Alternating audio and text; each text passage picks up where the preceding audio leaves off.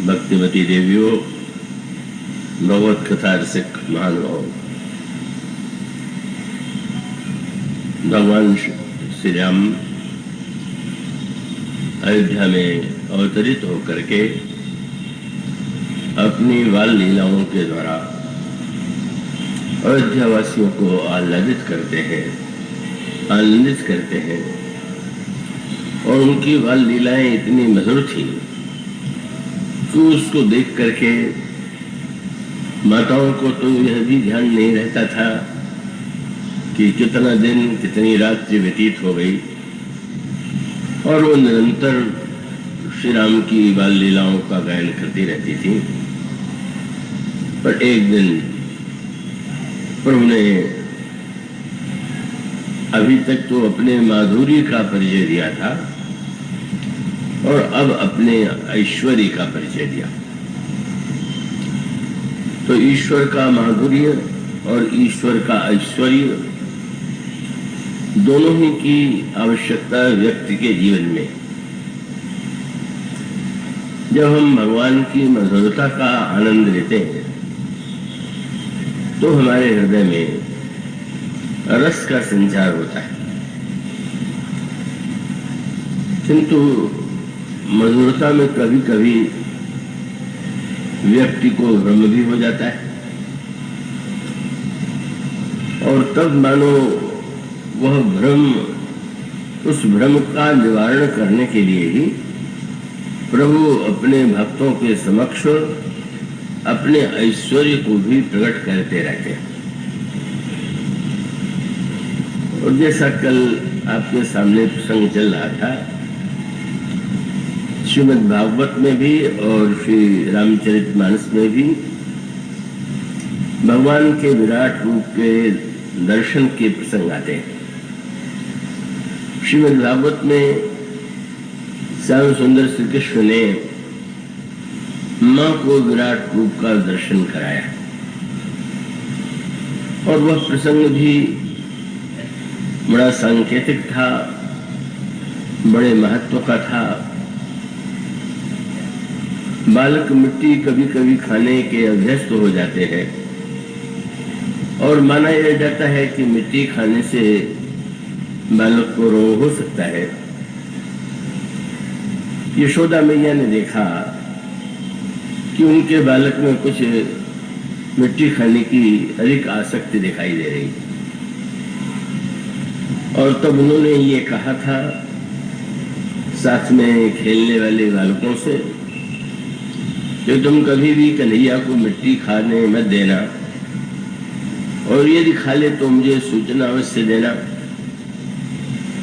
एक दिन जब उन्होंने बालकों के रोकने पर भी वे नहीं माने और उन्होंने मृत्तिका को खा लिया, मिट्टी को खा लिया, तो बालकों ने जाकर के यशोदा मैया से उलाहना देते हुए, शिकायत करते हुए कहा कि हम लोगों के रोकने पर भी आज कृष्ण ने मिट्टी खाई। माँ ने बुलाया, माँ में के मुख पर क्रोध का भाव आ गया, और उन्होंने कहा कि कन्हैया, तुझे मिट्टी खाने से मैंने रोका था, फिर तूने मिट्टी क्यों खाई? श्याम सुंदर ने बड़ा अनोखा उत्तर दे दिया। उन्होंने कहा कि मैंने मिट्टी खाई ही नहीं। मां को लगा कि बालक तो बड़ा ठीक है, क्या मिट्टी तो खा ही लिया, और उसके बाद सब के सब बालक एक स्वर से कह रहे हैं कि मिट्टी खाई। और इसका दुस्साहस तो देखो, ये कह रहा मैंने मिट्टी नहीं खाई। तो मां ने क्रोध भरे स्वर में कहा, ये जितने बालक हैं सब कह रहे हैं कि तूने मिट्टी खाई। और बिना किसी संकोच के श्री कृष्ण ने कह दिया, नाहम भक्षितवानम्ब सर्वे मिथ्या विसंशना, सब झूठे। मां को और क्रोध आ गया, अकेला ये सत्यवादी है और सबके सब झूठे हैं। अब तब उन्होंने अंत में धमकाते हुए कहा कि सब बच्चों ने ही नहीं, तुम्हारे बड़े भाई बलराम ने भी ऐसे कहा। अब तो बड़ा संकट आ गया, सब लोगों को झूठा कहने में संकोच नहीं लगा, पर बलराम जी को कैसे झूठा कहे। तो उन्होंने सीधे यही कहा कि अब मैं कह रहा हूं कि मैंने नहीं खाई, और इन लोगों ने ये कहा कि मैंने मिट्टी खाई। तो अब उसका एक ही उपाय है, समक्षम पश्य में मुखम, मैं तुम्हारे सामने मुख खोल देता हूं, मैंने खाई होगी तो मिट्टी लगी हुई तुम्हें दिखाई दे जाएगी, और मिट्टी लगी हुई न दिखाई दे तो समझ लेना कि ये सब झूठ है। अब भगवान कृष्ण जो वाक्य कह रहे थे व्यवहारिक दृष्टि से तो सत्य नहीं था, लेकिन भगवान ने आगे चल करके अपनी लीला के द्वारा यह सिद्ध कर दिया कि मैं सही कह रहा था। क्योंकि माँ ने कहा कि ये इतना ढीठ है, और इसीलिए शायद इसने ये कहा है कि मुंह देख लो खोल, कि मैं ऐसा कहूंगी तो इसको माँ को विश्वास हो जाएगा कि मिट्टी खाया इसने खाई होती तो मुंह खोलने के लिए कैसे कहता। उनका तुम्हारी चतुराई में जानती हूँ, मुंह खोलो। और जब उन्होंने मुख खोला तो उनको भगवान कृष्ण के मुख में सारे ब्रह्मांड का दर्शन हुआ। ये जितने प्रसंगों में विराट रूप का वर्णन आया है उसमें भिन्नता है, पर अब भगवान जो कहना चाहते थे, जो उपदेश देना चाहते थे, वो उतना प्रभावशाली सिद्ध नहीं हुआ। मानो बलराम जी शेष के अवतार है,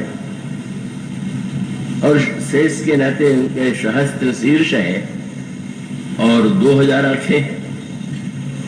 तो मां से मानो प्रभु ने कहा कि चाहे 2 आंख वाले कहे, चाहे 2000 आंख वाले कहे, पर वस्तुतः तो मैं सत्य कह रहा हूं। और उसका अभिप्राय यह है कि मुंह खोलने में यदि मिट्टी लगी हुई दिखाई देती तो इसका अर्थ था कि श्री कृष्ण सत्य नहीं बोल रहे। पर जब उन्होंने ब्रह्मांड का दर्शन कराया मां को, तो उसका तात्पर्य था कि खाने की वस्तु जो है वो बाहर से लेकर के मुंह में डाला जाता है, और सारा ब्रह्मांड ही जब मेरे मुंह में है तो मैंने मिट्टी खाई है, तो देखने वालों की दृष्टि का भ्रम है, क्या ये सत्य नहीं। तो दार्शनिक दृष्टि से भगवान ने तो यह स्पष्ट बता दिया कि मुझे देखने की और मेरी लीलाओं को समझने की दृष्टि सबके पास नहीं होती, और बड़े से बड़े बुद्धिमान व्यक्ति भी, बड़े से एक से योग दृष्टि वाले भी उसे समझ नहीं पाते। पर कौशल्या अम्बा पर जैसा प्रभाव पड़ा, यशोदा मैया पर वैसा प्रभाव नहीं पड़ा। कौशल्या अम्बा को तो जो भगवान ने विराट रूप का दर्शन कराया तो उन्हें ज्ञान हुआ, उन्होंने स्तुति किया, पर यशोदा की भावना जो है वो शुद्ध माधुर्य मूलक है। सच पूछिए तो ब्रज लीला में, और वो भी बाल्यावस्था में, भगवान कृष्ण ने जितने चमत्कार दिखाए, भगवान राम को उतने चमत्कार दिखाने की आवश्यकता नहीं पड़ी। वहां तो जब देखिए तब कोई न कोई चमत्कार हो रहा है, कभी पूतना का वध हो रहा है, कभी शक्तासुर का उद्धार हो रहा है, और मुख में ब्रह्मांड का दर्शन कराते हैं। पर ये जो व्रज की विशेष भावभूमि है उसमें माधुर्य की पराकाष्ठा है। इसका संकेत आपको श्रीमद् भागवत में भी मिला होगा, आपने उसे ध्यान से सुना और पढ़ा होगा कि जिस समय भक्ति देवी वृद्ध हो गई और उनके पुत्र ज्ञान और वैराग्य ये भी दोनों बूढ़े हो गए,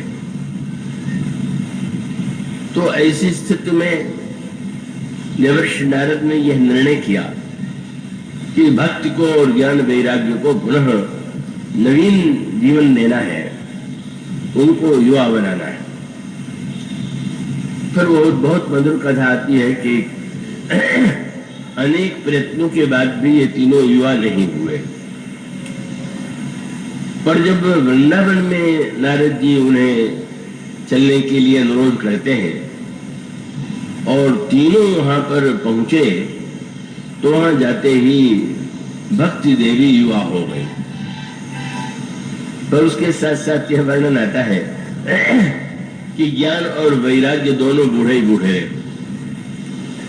तो भक्ति देवी युवा हो गई, यह चमत्कार तो था। पर कोई माँ युवा हो और बेटे बूढ़े हो तो किसी माँ को तो बहुत कष्ट ही होगा। तो अब देवर्षि नारद या सुखदेव जी से या श्री व्यास जी से यदि प्रश्न किया जाए कि वृंदावन में पहुंच करके भक्ति युवा हो गई और ज्ञान और वैराग्य दोनों बूढ़े रहे, ऐसा क्यों? तो उन्होंने यही कहा कि वृंदावन में ज्ञान और वैराग्य के ग्राहक तो थे ही नहीं, ज्ञान और वैराग्य कोई चाहता ही नहीं था। भक्ति की और प्रेम की आकांक्षा व्रजवासियों के हृदय में विद्यमान थी। तो स्वाभाविक है जहां पर प्रेम और दिव्य भक्ति है वहां भक्ति युवा हो गई। पर ज्ञान और वैराग्य जो है वो दोनों बूढ़े हैं। तो वृंदावन की जो विशेष रूप से ब्रज लीला की भावना है उसमें माधुरी की ही पराकाष्ठा है। ब्रजवासी बहुधा ऐश्वर्य लीला उनको अपनी ओर आकृष्ट नहीं करती, लेकिन फिर वह जो प्रसंग है वो बड़े समझने योग्य है कि जब वृंदावन पहुंच करके भक्ति युवा हो गई और ज्ञान वैराग्य बूढ़े हुए, तो फिर प्रयत्न ये करना पड़ा कि नहीं, भक्ति के साथ साथ ज्ञान और वैराग्य भी तो युवा हो जाए। और तब श्रीमद् भागवत की कथा सुन करके, जब श्रीमद् भागवत की कथा सुनाई गई, तो भक्ति के साथ साथ ज्ञान और वैराग्य भी युवा हो गए। इसका सहज अर्थ आप समझ सकते हैं। उसका अभिप्राय यह है कि वस्तुतः जीवन में तीनों की ही आवश्यकता है, ज्ञान वैराग्य और भक्ति की। तो जहां पर भक्तों में भावुकता और रस की प्रधानता होती है का वहां पर स्वाभाविक है कि ज्ञान और वैराग्य की चर्चा उन्हें प्रिय नहीं लगती। किंतु न चाहने पर भी जीवन में ज्ञान और वैराग्य की आवश्यकता तो निश्चित रूप से है ही नहीं, है ही। और इसीलिए अगर ब्रजवासियों ने कहा भी तो यही कहा कि हमारे कृष्ण को वृंदावन छोड़ करके कहीं जाते ही नहीं, तो ठीक ही कहा। क्योंकि आगे की लीलाओं में, महाभारत में भगवान का जो उपदेश अर्जुन को है युद्ध में, वो ज्ञान की पराकाष्ठा है। और द्वारिका में भगवान के द्वारा जो लीला होती है वो वैराग्य की लीला है। भगवान कृष्ण की लीलाओं को आप 3 भाग में बांटे। वृंदावन की लीला का वो जो है वह लीला भक्ति प्रधान है, मथुरा की लीला ज्ञान प्रधान है और द्वारिका की लीला वैराग्य प्रधान है।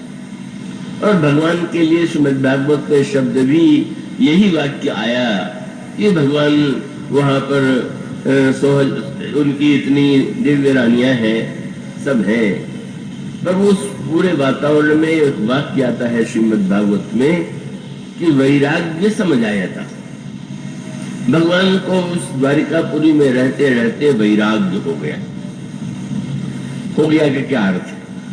वो तो सदा ही उनमें वैराग्य की पूर्णता है, लेकिन मानो उन्होंने वैराग्य की महिमा को प्रकट करने के लिए अपने चरित्र के द्वारा भी यह संकेत दिया कि कितना भी ऐश्वर्य हो, कितनी भी रानियां हो, कितने भी पुत्र हो, लेकिन अंत में तो व्यक्ति को वैराग्य होगा ही, यह होना ही चाहिए।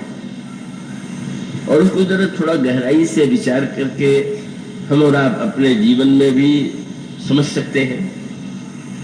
बालक का जन्म होता है, कितना आनंद आता है। बालक बड़ा होता है, उन्नति करता है तो कितनी प्रसन्नता होती है।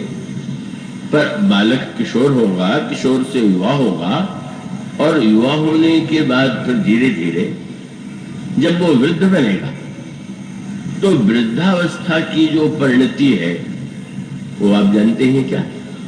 वृद्ध है तो उसके पश्चात तो निश्चित रूप से शरीर का एक न एक दिन विनाश होना है।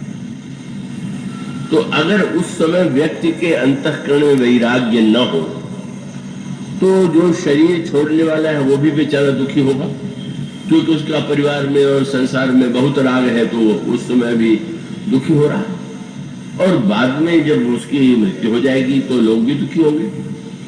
तो इसका अर्थ है कि वो तो प्रत्येक व्यक्ति के जीवन की ही ये गाथा है कि तीनों चाहिए, ज्ञान भी चाहिए, भक्ति भी चाहिए और वैराग्य भी चाहिए।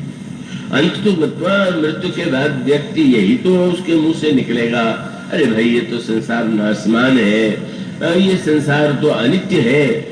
तो मानो वस्तुतः जीवन में, व्यवहार में भी आपके जीवन में जब आनंद के क्षण हो तो भक्ति का आनंद लीजिए, और जब आपको आध्यात्मिक तत्व ज्ञान की उपलब्धि की आवश्यकता लगे तो आप ज्ञान की ओर अपनी दृष्टि डालिए। और जीवन में जब विपरीत घटनाएं घटित हो, आप जब जो चाहते हैं वो न हो, तब क्या होगा? तब तो आपकी रक्षा केवल वैराग्य से होगी, क्योंकि आपका राग जितना प्रबल होगा उतना आपका दुख भी उतना ही प्रबल हो जाएगा।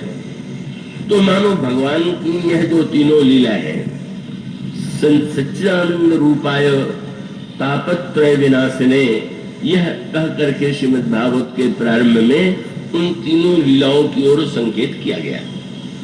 तो मैंने जैसा कहा कि भगवान तो अपनी समस्त लीलाओं में ही महिमा का दर्शन अवश्य कराते हैं और वे मानते हैं कि वह महिमा होनी चाहिए। पर जैसा मैंने कहा कि यशोदा मैया की जो माधुरी भावना है बहुत गहरी।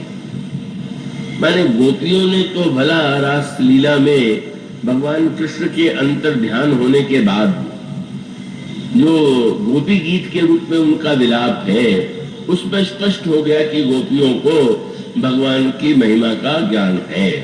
क्योंकि जब उन्होंने ये कहा कि आप केवल गोपी यशोदा के पुत्र ही नहीं है, नखलु गोपिका नंदनो भवान अखिल देहि नाम अंतरात्म दृक, आप समस्त प्राणियों की अंतरात्मा है। तो इसका अभिप्राय है कि वहां पर भी मधुरता की पराकाष्ठा में भी उन्हें ज्ञान हुआ था। पर यशोदा मैया का जो जीवन है वो उससे बहुत भिन्न है। और उसके पीछे कथा आती है कि उन्होंने कभी पूर्व जन्म में, जैसे यहाँ पर महारानी शत्रुपा ने भगवान से पुत्र बनने के लिए अनुरोध किया, पर पुत्र के साथ साथ आप मुझे विवेक भी दीजिए, वैसा वरदान मांगा। यशोदा मैया केवल भगवान की बाल लीला का सुख लेना चाहती हैं, रस पाना चाहती हैं, इसलिए उनके चरित्र में भक्ति रस तो है पर ज्ञान नहीं। यहां तक कि भगवान के विराट रूप दिखलाने पर भी उनको ज्ञान नहीं हुआ। और जैसी उनकी वात्सल्य भावना थी, उनको लगा कि किसी भूत प्रेत की बाधा पड़ गई है, मेरे बच्चे को क्या हो गया है, बुला करके जरा झाड़ फूंक करा दे कि ये रोग तो दूर हो। तो भगवान श्री कृष्ण समझ गए कि अब यहाँ तो मेरे विराट रूप का कोई अर्थ है नहीं, प्रयोजन है नहीं, इन्हें ज्ञान चाहिए नहीं, अब वो तो मेरे लिए ही चिंतित हो रही है कि ये क्या हो गया। तो ये वात्सल्य भावना रस प्रसंग में तो बहुत अच्छी लगती है और कई लोगों को बहुत प्रिय लगती है। लेकिन अगर मैंने जैसा आपसे कहा कि श्रीमद् भागवत का उद्देश्य केवल भक्त को युवा बनाना तो नहीं है, ज्ञान वैराग्य भी होना चाहिए। और रामायण में भी आपको यही वर्णन मिलेगा। गोस्वामी जी का वह दोहा भी आपने पढ़ा होगा कि कलयुग में जो भगत होते हैं वो उनके जीवन में ज्ञान और वैराग्य दोनों की निंदा होती है। दोहा है गोस्वामी जी का कलयुग के प्रसंग में, श्रुति सम्मत हरि भगति पथ संयुत विरत विवेक। जो भक्ति मार्ग का वर्णन हमारे परंपरा में है वो ज्ञान वैराग्य युक्त है, लेकिन कलयुग में बोलते ही न चलहि नर मोह बस कल्प ही पंथ अनेक। व्यक्ति उससे घबराता है और घबराने के कारण वो नए नए पंथ बना लेता है और वो ज्ञान और वैराग्य की निंदा करता है। तो ज्ञान वैराग्य में की स्मृति ही न हो वो तो ठीक, कोई एक रस में इतना डूबा हुआ है कि उसको अन्य रसों की स्मृति नहीं आती, पर जीवन की जो पूर्णता है उसमें तो आपको प्रिय लगे चाहे अप्रिय लगे उन सब की अपेक्षा। और इसलिए रामायण में बार बार यह संकेत किया गया कि नहीं, जीवन में तो आवश्यकता तीनों की ही होगी, और इसीलिए यहाँ पर भक्ति के पुत्र के रूप में ज्ञान और वैराग्य नहीं है। अब तो भगवान श्री राम, सीता जी और लक्ष्मण जी के लिए गोस्वामी जी जो कहते हैं वो यही है कि मैं लखन राम सीता सहित राजत पर्ण कुटीर भगत ज्ञान वैराग्य जन सोहत धरे शरीर। भक्ति, ज्ञान और वैराग्य शरीर धारण करके तीनों ही निरंतर साथ साथ चलते हैं। और रामायण का यह संदेश भी है, श्रीमद् भागवत का भी यह संकेत है क्या कि जो यदुवंशी थे उनको भगवान कृष्ण की महिमा का कभी ज्ञान नहीं हुआ। वे निरंतर भगवान कृष्ण को अपने पास देखते देखते उनके मन में तो ऐसी बातें आ जाती थी कि पढ़ के आश्चर्य होता है। जब श्यमंतक मणि खो गई, चोरी चली गई, तो वहां पर द्वारिका के जो नागरिक थे उनके हृदय में भी यह बात आ गई कि कहीं श्री कृष्ण ने तो इसको गायब नहीं कर दिया। ऐसी स्थिति में इसलिए श्रीमद् भागवत में बड़ी अद्भुत बात कही गई और कठोर बात कही गई कि संसार के लोग तो अभागे थे ही, पर यदो नितरामति सबसे अधिक अभागे यदुवंशी थे। क्यों यदुवंशी थे? तो ये दृष्टांत है कि जैसे समुद्र में मछलियां थी और अमृत भी था, पर मछलियों ने कभी अमृत को अमृत मान करके नहीं पिया, इसी प्रकार से स्वयं भगवान उनके बीच में निवास कर रहे थे, पर उन्होंने कभी उनको भगवान के रूप में स्वीकार करके उनकी भक्ति नहीं की। तो उसका अर्थ ये हुआ कि ज्ञान का जब अभाव उनके जीवन में हुआ, अब वो प्रसंग तो इतना दुखद है कि अब श्रीमद् भागवत सुनाने वालों को रुक्मिणी विवाह और श्री कृष्ण का बाल्यावस्था और सब इसमें जितना आनंद आता है, जो भगवान के लीला संवरण का प्रसंग है उसको तो सुनाने नहीं चाहते।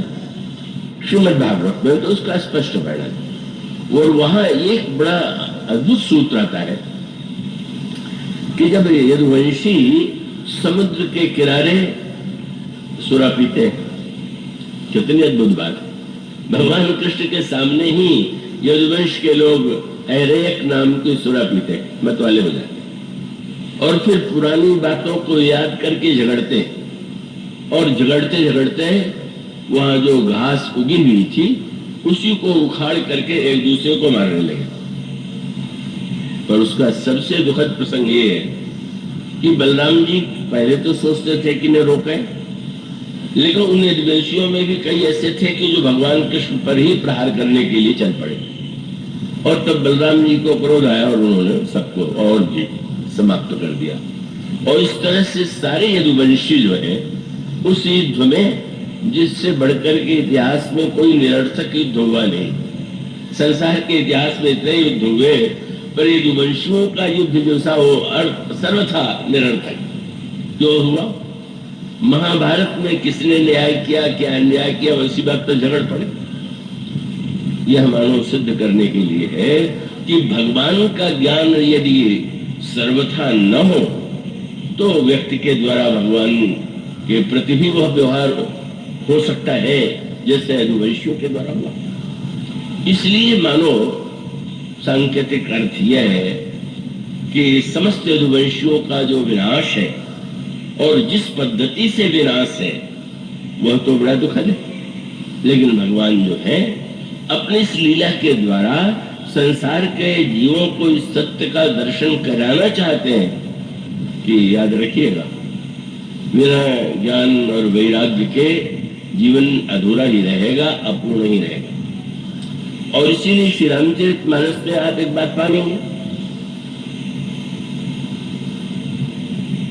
कि जब महाराज मनु जो है, जो अत्यंत धर्म परायण है, जो मनुस्मृति के निर्माता माने जाते हैं और जिनका जीवन बड़ा पवित्र है, प्रजा का पालन करने वाले हैं, वो वृद्ध हो गए।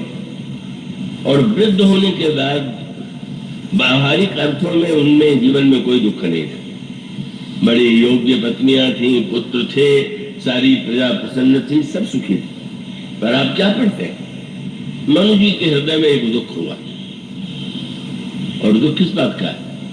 उनका दुख हुआ, आप रामायण के दोहे में पढ़ेंगे, हो न विषय विराग बमन बसत भा चौथपन हृदय बहुत दुख लाग जन्म गयो हरि भगत बिन।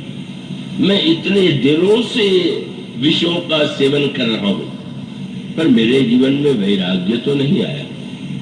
मानो उनका दुख जो है, उनका वैराग्य जो है, अभाव जन्य नहीं है, विचार जन्य।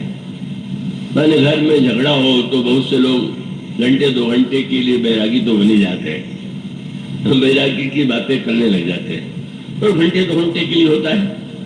इसीलिए तुलसी जयंती के एक पर्व पर एक कवित्री ने जब ये कविता सुनाई कि तुलसीदास का क्या महत्व है, महत्व का रत्नावली का है कि उन्होंने तुलसीदास को फटकार करके तुलसीदास बना दिया।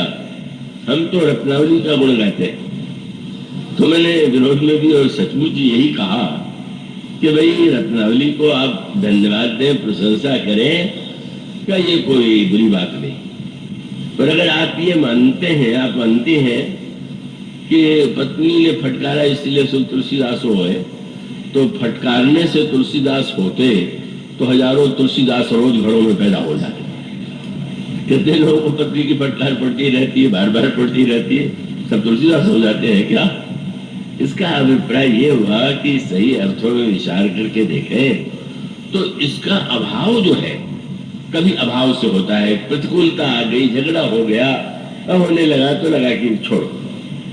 और यहाँ पर जो मनु के जीवन में वैराग्य आया, वैराग्य की आकांक्षा है नहीं है, पर होना चाहिए, ये उन्हें लगा।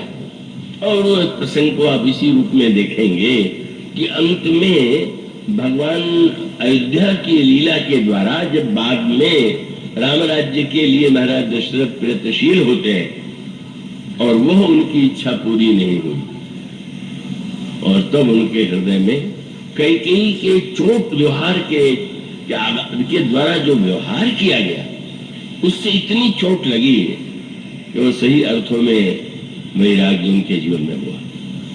तो श्रीमद् भागवत और श्री रामायण का सिद्धांत तो एक ही है। अब वो वक्ता लोग अपनी मनमानी व्याख्या के द्वारा और लोगों के मन में एक प्रकार की भ्रांति, और स्वाभाविक है, बात तो मीठी अच्छी लगती है, कड़वी तो किसी को अच्छी नहीं लगती। पर याद रखिए, मीठी तो भोजन की वस्तु होती है, पर कड़वी दवा आपको सेवन करना ही पड़ता, आप उससे बच नहीं सकते। इसलिए मानो यशोदा मैया को यदि उस समय महिमा का बोध नहीं हुआ तो वात्सल्य का अंत तो था, पर यशोदा मैया का जीवन तो फिर उसके बाद तो भगवान कृष्ण दूर चले ही जाते हैं। और वो लीला अपने आप में यूं कह सकते हैं कि ये दिखाया गया कि भाव रस में डूबने के कारण वे उस दिशा में नहीं अग्रसर हुए। तो मानो भगवान के विराट रूप का दर्शन का तात्पर्य है कि जब आप भगवान को एक व्यक्ति के रूप में देखेंगे, भगवान कितने दिव्य रूप में यहाँ पर सिंहासन पर विराजमान है, कैसी शोभा है, कैसा दृश्य है। पर यही नहीं है, यहाँ के साथ साथ भगवान सर्वत्र है, और सर्वत्र नहीं है तो कम से कम अपने गुरुजनों में, अपने माता पिता और गुरु में, अथवा जो संत हैं उनमें भगवान को देखने की चेष्टा की थी। अब वो अंतिम स्थिति में सर्वत्र भगवान दिखाई देने लगे, ये तो एक पराकाष्ठा की बात है। पर वो सूत्र वही है कि विराट रूप दर्शन का अर्थ ये है कि अगर आप नन्हे बालक, अपने घर में बच्चा होता है, उसको अभी क्या खिलाने में आपको आनंद नहीं आता? कथा में भी बच्चे बोलने लगते हैं तो दूसरों को बुरा लगता, पर वो उसकी माँ जो होती है तो बड़ी प्रसन्न हंसती रहती है। लोग चाहे बुरा देख कर, मुझे याद आता है, मैं जोधपुर गया था तो अब जैसे नाटक वाटक में बच्चों को आगे बैठा दिया जाता है, बैठा दिया गया था। अब वो बच्चे बेचारों के लिए रामलीला में तो आनंद ले सकते हो, अब वो कथा और वो भी मेरी कथा, वो तो बेचारों के लिए समझ से बाहर थी। और वो बातचीत को लाल करने लगे तो मैंने कहा कि कृपा करके बच्चों को पीछे ले जा करके आप बैठ जाए जहां जिनके साथ है।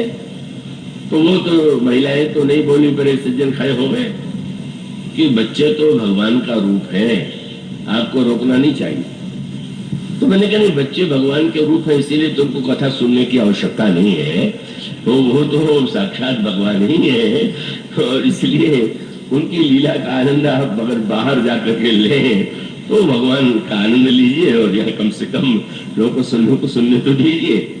पर उसका अभिप्राय ये है कि भगवान सर्वत्र है, ये बहुत बहुत अत्यधिक कठिन है, पर उसका यह तो भान तो हो, हम क्रमशः हमारी भावना का विस्तार तो होना चाहिए, और इसी भावना के विस्तार को आप रामायण के आदर्श के रूप में देखिए।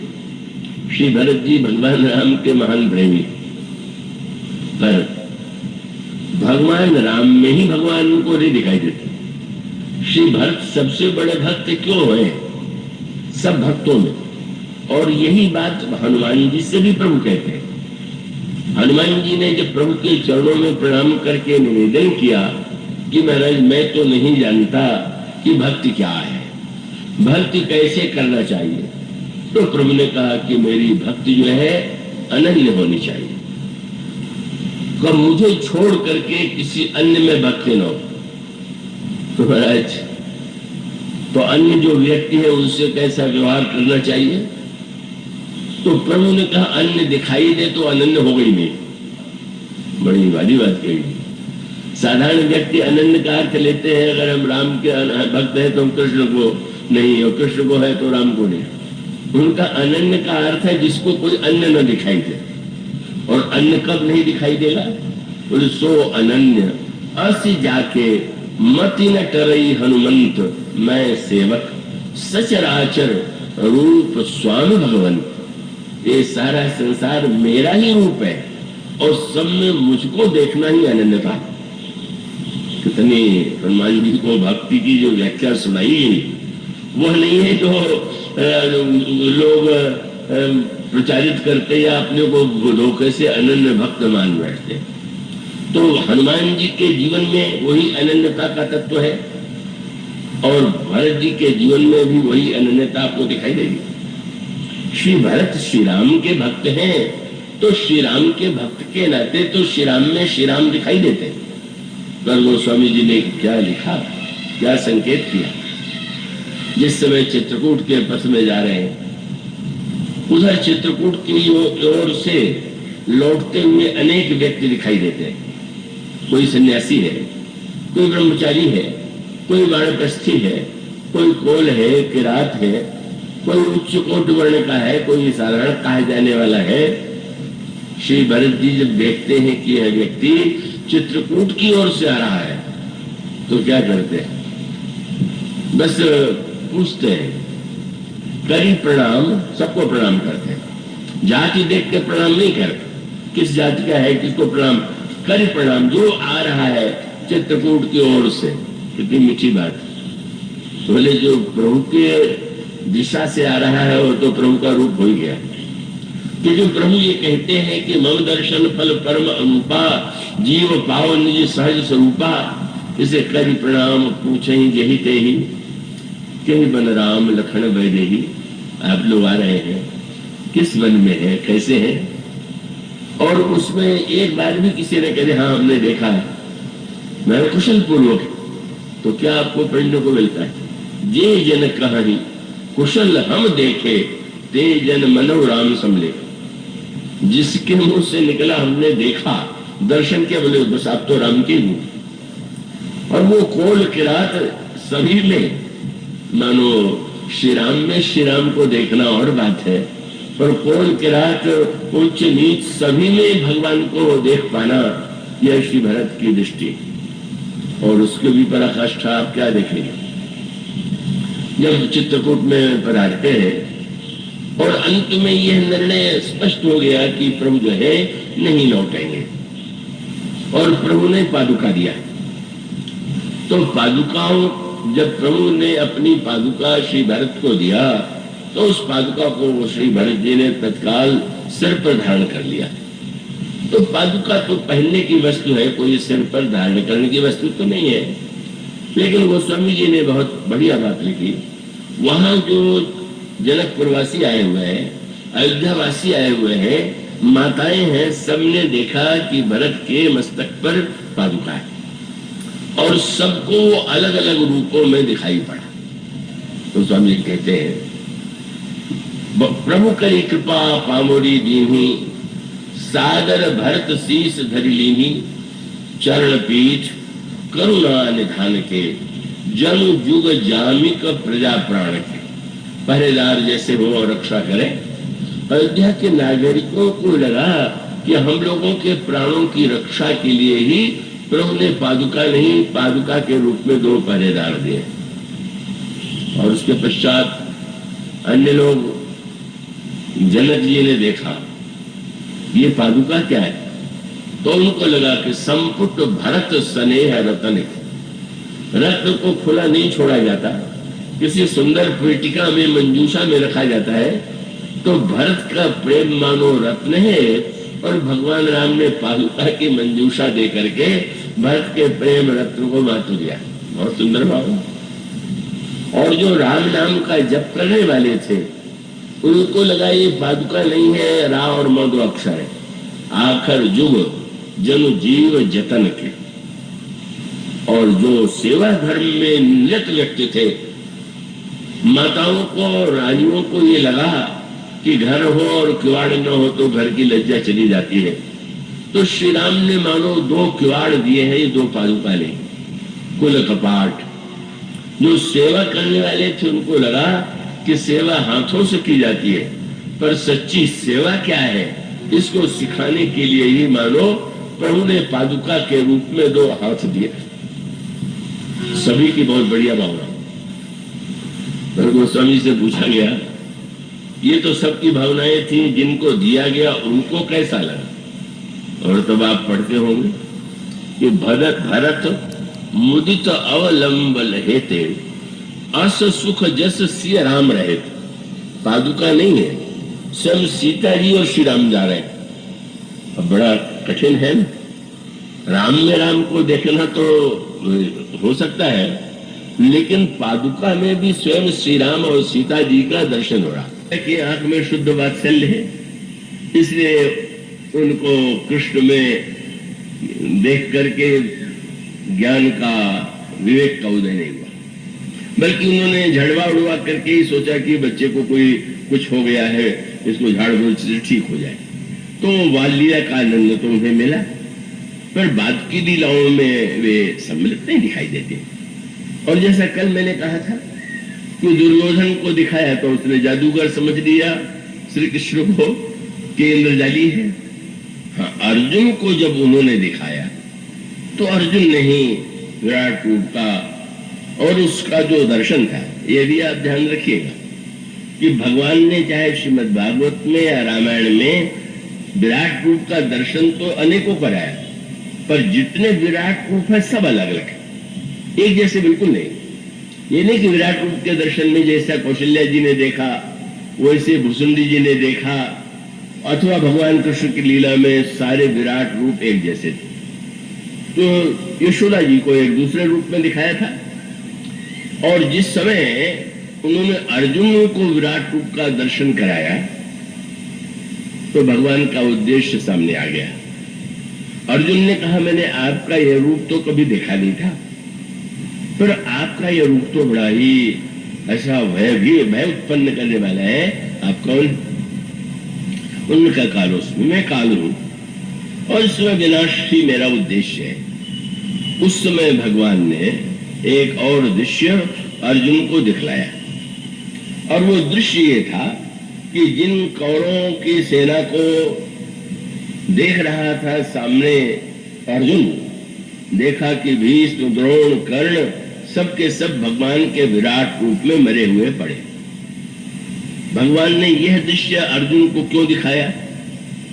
उसका उद्देश्य है, अर्जुन को बड़ी चिंता है कि अब इतने बड़े और इतने जो हमारे संबंधी हैं, इनको मारूंगा तो कितना पाप लगेगा। एक दूसरे वो यह मान करके चलेगा, जब मारेगा तो दो ही बात हो सकती है, या तो ये लगे कि मुझसे बड़ा पाप हो गया, और या गर्व हो जाए कि मैंने बड़े बड़े योद्धाओं को हरा दिया। तो मानो भगवान के स्वरूप के दर्शन से दोनों मिट गया। भगवान ने सबको मरा हुआ दिखा दिया, तो इसका अर्थ क्या हुआ कि मैंने जब इन्हें मारा है तो पाप लगेगा, तो मुझे लगा है तो की चिंता कर रहा। और दूसरी ओर प्रश्न यह था कि अब अर्जुन कह सकते हैं कि महाराज तो अब ये सब तो मर चुके हैं, अब लड़ना नहीं पड़ेगा। नहीं, लड़ना तो पड़ेगा। क्यों? इनको मरा हुआ जो तुम देख रहे हो अपनी आंख से नहीं देख रहे हो, वो तो मैंने जो दृष्टि तुमको दी है उससे तुम देख रहे हो। अपनी दृष्टि से देखोगे तो सब जीवित लगेंगे, और मेरी दृष्टि से देखोगे तो सब मरे हुए लगेंगे। युद्ध करना है, तो जब युद्ध करनी है तो देखने से क्या लाभ? उन्होंने कहा बहुत बड़ा लाभ है। क्या? बोले अगर तुम स्वयं युद्ध में लड़के मारते तो कर्तृत्व मैंने मारा ऐसा अभिमान उत्पन्न होता, पर अब इस रूप को देखने के बाद तुम कर्ता बन के नहीं लड़ोगे, निमित्त बन के लड़ोगे। पता भगवान का वाक्य यही है, मैं एते निहता पूर्वमेव निमित्त मात्रम भव सब्यसाचिन। दो होते हैं, एक व्यक्ति अगर किसी पर प्रहार करे तो जिस अस्त्र से प्रहार किया वो अस्त्र है और स्वयं प्रहार करने वाला है। तो प्रहार करने के बाद पाप या अपराध जो है शस्त्र को नहीं, कहे नहीं कि अब कोई गोली से व्यक्ति मरा है तो पिस्तौल या बंदूक को फांसी पर चढ़ा दो, वो तो जो चलाने वाला है उसी को ही पाप पुण्य लगेगा। मानो भगवान का तात्पर्य यह है कि तुम अगर कर्ता बन करके युद्ध करोगे तो पाप और पुण्य दोनों का तुम्हारे, और अगर तुम यह दृश्य देख करके यह समझ लो कि वस्तुतः तुम तो एक निमित्त मात्र हो, मैं तुम्हें यंत्र के रूप में आदेश दे रहा हूं, ये वृत्ति तुम्हारे हृदय में आ जाए, तो अर्जुन ने उस अर्थ को सही सही रूप में ग्रहण किया। भगवान का उद्देश्य वहां विराट रूप के दर्शन में अर्जुन के जीवन में कर्तृत्व न आने पावे, अभिमान न आने पावे, यह उद्देश्य था। तो इसलिए भगवान की विराट रूप के दर्शन में अगर दुर्योधन जैसी आंखें हैं तो जादूगर समझ लीजिए, अगर यशोदा मैया की आंखें हैं तो बालक का प्यार और वात्सल्य का आनंद ले लीजिए, और अगर अर्जुन की दृष्टि है तो अर्जुन की दृष्टि से आपके जीवन में ऐसा लगेगा कि हम व्यर्थ ही अपने आप को करने वाला मानने की भूल कर रहे हैं। मैं तो एक निमित्त हूं और उस निमित्त के रूप में ही हमारे सारे कर्म होने चाहिए। इसी को भावनात्मक प्रसंग में ये गीतावली रामायण में तुलसीदास जी ने कहा कि लक्ष्मण जी को जब शक्ति लगी, और आप पढ़ते ही हैं, औषधि हनुमान जी लेने गए और आने में विलंब हुआ तो प्रभु ने कितना विलाप किया। हनुमान जी दवा लेकर के आए, लक्ष्मण जी की मूर्छा दूर हो गई, पर दूर होने के बाद जैसा होता है, किसी ने ऑपरेशन कराया हो तो लोग पूछते हैं कैसा लगा आपको, क्या क्या कैसे प्रतीत हुआ, कोई रोग हो तो पूछते हैं। तो सुग्रीव ने लक्ष्मण जी से कहा कि महाराज आपको जब मेघनाद ने शक्ति मारी तो आपको कितना कष्ट हुआ। लक्ष्मण जी मुस्कुराने लगे, बोले मुझे पता नहीं, तो शक्ति से आपको कष्ट हुआ कि नहीं हुआ? तो उन्होंने कहा कितना कष्ट हुआ अगर इसको जानना हो तो इनसे पूछिए। श्री राम भद्र की ओर संकेत किया बाण मेरे हृदय में, शक्ति मेरे हृदय में लगी, पर कष्ट हुआ तो इनको हुआ, मुझे नहीं हुआ। और उत्तर देते हैं, गीतावली में पद आता है, हृदय घाव मेरे वीर रघु वीरे, पाए सजीवन जाग सजीवन, पाई कहते हो पुनि पुनि पुलक शरीर। शोभा सुख क्षति लाभ भूप कह, केवल कांति मोल हीरे। हीरा खो गया तो हीरे के लिए क्या प्रश्न है, जिसका हीरा है दुख उससे होगा, हीरे को क्या दुख होगा। और उन्होंने कहा हृदय घाव मेरे पीर रघु पीरे। और फिर उन्होंने और मीठी बात कही, तोता के मुंह से आपने श्लोक सुना, आपको बड़ा अच्छा लगा, तो आपको लगा कि तोता तो बड़ा पंडित है, इससे जरा पूछ लिया कि तोता जी इसका व्याख्या इसकी कर दीजिए तो बड़ा आनंद आवे, क्या व्याख्या सुना सकता है। तो लक्ष्मण जी ने कहा, मोकह काह कहा पूछत हो, पाठ अर्थ चर्चा कीरे। तोते से मानो मैं निमित्त हूं, मैं क्या जानूं, मुझे क्यों कष्ट होना चाहिए। मानो यह जो दिव्य भावना लक्ष्मण जी की है, यही मानो वह स्थिति है कि जहां पर कहीं पर भी कोई कर्तृत्वाभिमान नहीं है, भगवान का निमित्त बनकर के भगवान जैसा चाहते हैं, जैसा कराना चाहते हैं, वैसा ही भी करते दिखाई देते हैं। और यहाँ रामायण में जो विराट रूप का दर्शन है, का दो ही प्रसंगों में विराट रूप का दर्शन है।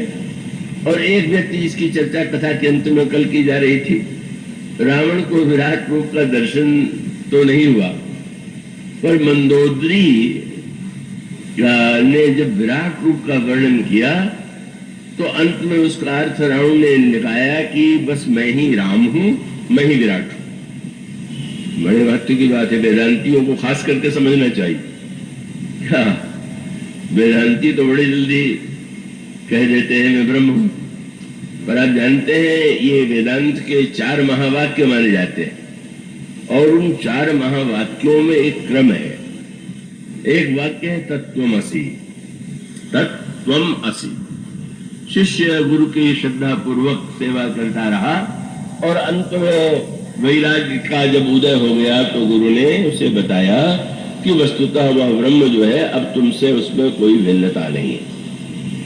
और उसके पश्चात दूसरा महावाक्य है अहम ब्रह्मास्मि, मैं ब्रह्म हूं।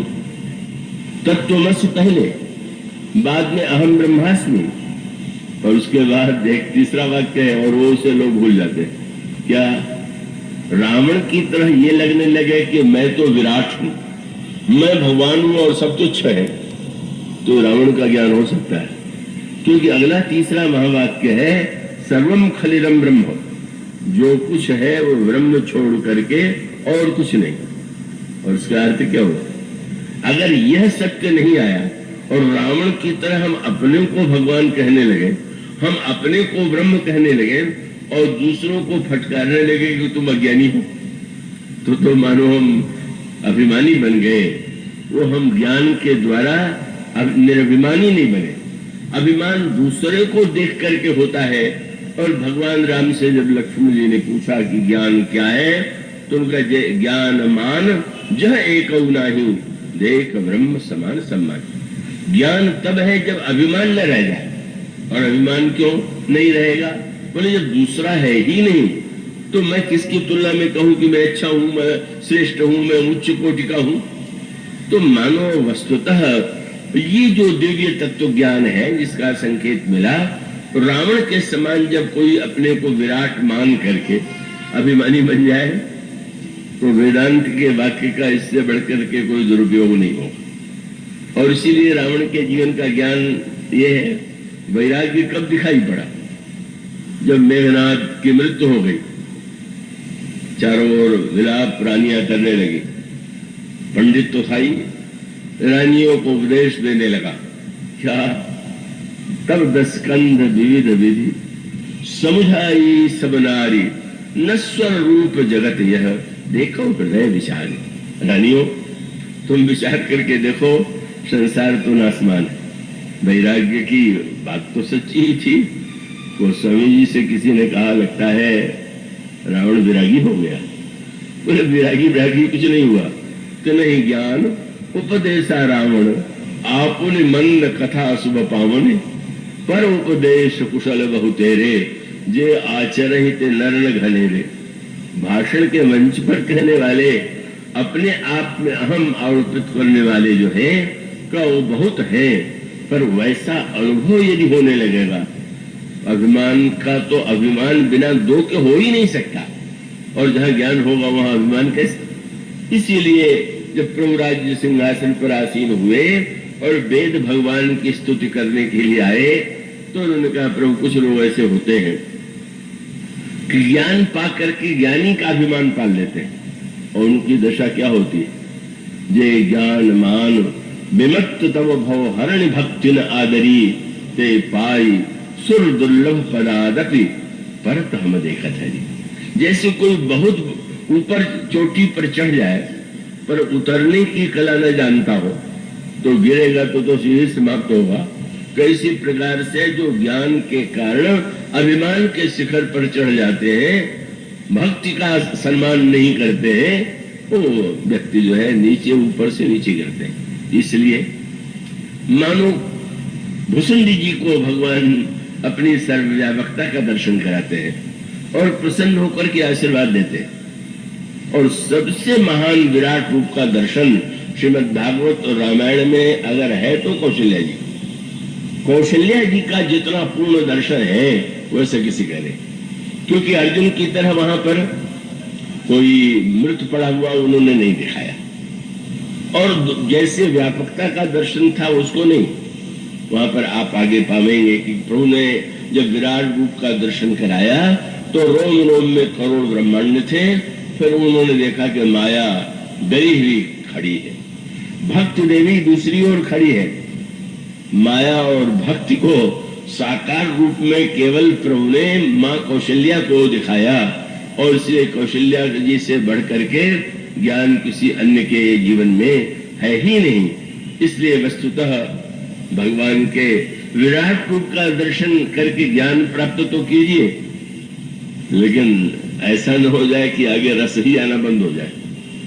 इसलिए भगवान ने सारा दिखाने के बाद माँ जब स्तुति उति कर चुकी तो हंस करके उन्होंने कहा ये बातें किसी को सुनाना मत, ये मत बता देना कि ये तो मेरा पुत्र ईश्वर है और मैंने तुझसे इसका रूप देखा है। बोले यह जने कतऊ कहाँ से सुनु भाई, किसी से मत कहना। और साथ साथ कुछ थोड़ी देर बाद कहने लगे माँ मुझे भूख लगी है, स्तन पान करने लगे। मानो यही सामंजस्य। ज्ञान अगर आपको शुष्क बना दे तो ज्ञान की सार्थकता नहीं, और भक्ति का रस आपको विवेक शून्य बना दे तो भी अपूर्णता। इसलिए प्रभु के द्वारा जो दिव्य दर्शन विराट का कराया गया, माया भी है, भक्ति भी है, ईश्वर भी है, इसकी चर्चा कल करेंगे। आज बोलिए सिया।